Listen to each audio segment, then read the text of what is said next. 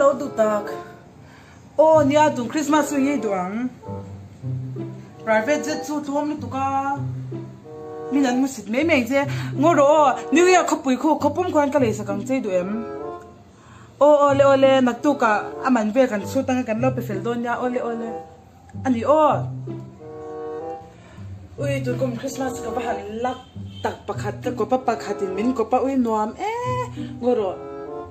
Tu go Christmas tu pathum la hi an ama tu pe ngi kan man puyang o. Khwa ki kan khoi ko la nge. Oh, me lo do. Me lo hon sak ve tu che nia. I ron lu ma ta kan hon sak I pu em ti ta kan ai to ve phot ta che. Lo lem chu te ku hi. Em te chu ka bia pa in elawa ka bia pa hi Christmas present ai shem ku hi. Elaw hi ka present New Year ko ko pu pu kon ka le sak me do na.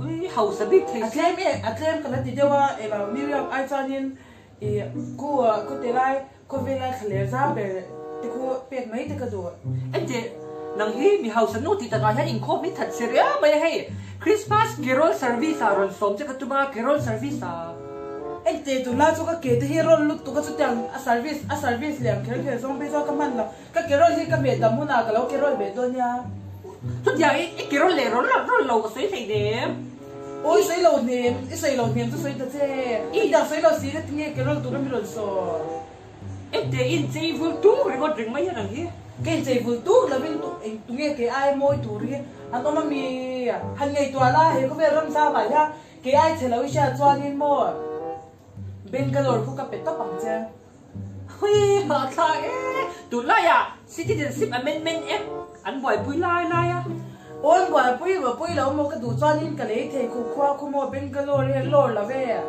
Gawati te ko idu em airport so kwan ka perfect ang sa Christmas present na.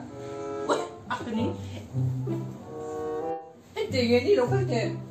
Yeah. Ui. Ngo do mi khai ngai mi. Ngai thro ui fa pathum lai ka nei to tho choeng ma ka nei box sila ma he Christmas lo thleng tu ra hianin entinge ka fa te Christmas thom ngale ni tu da chu tinge ka nei ve ya. Oh, to ta che chu lom nui ni chan khang ni to la. Ma se ka tinge dang hi swimming a te re nge ka tinge mi re thei te chan pui tum mi ana ba. Mi re thei te tan ke to khle nem ke ma ta na lom ke to. Ui. Mi re thei te tan ni to ke za mi re thei te ka perfect ang chu ke ma ta na to ke da ke ma ta ka mang ko kang chu. Ente mal som nei dong ni ana bang ente. Ki chu min pe lo ma la som na don ka hai to mi ti ha ma som sai na lom ka pia. Ka thro ki chu min pe lo ma la pe ni ti lo ma se isum te hi khore mai la ba ibia pa ti ta nong mai lo hianin I chan pui na mang so che I soi zo kha ni nu ka ulim ke sha to ka mang chuang la bang ka ui kha ta she me ku dan do ni chan ri nom takin ku do ro se ni ron di vai su se chu ni me ku do se di vai kan nai na oh an cha ki chuan in re thei he mai la ka tho chuang de ro so fu ni tra hian ka rang ka chak bo mi la da sun pui lok ste ui ba hianin kan chen dom tinge pui ka ring zo lo mo ka rin de pe nya ma se ka kam ka chak ba ma me ve Johnny ko te ka rang ka chak hi pom da hi tu ma I shi ko la ni la ba mo Hen mi le hi rang ka chak gold coin tam mang kheng ta ra o ma ni chu he mi ring po ya mi so ram mi chu khi ta mi for thi do na ma se ka kom em ma wanga ka khu ta nga ma lia le tu to hi ni Johnny mo ku ni he ta hianin lipstick pakhat ala mai shem khoi su he khai a khola chang in pa de lipstick pakhat kha ishala ma chan ka lipstick pakhat nan ka cheng mai li le za sari vela ni kisha ane to chang in ifa de du chong zui le ve me to nya ka ro horo chang ka rang ka chagom na ka tu ma shil su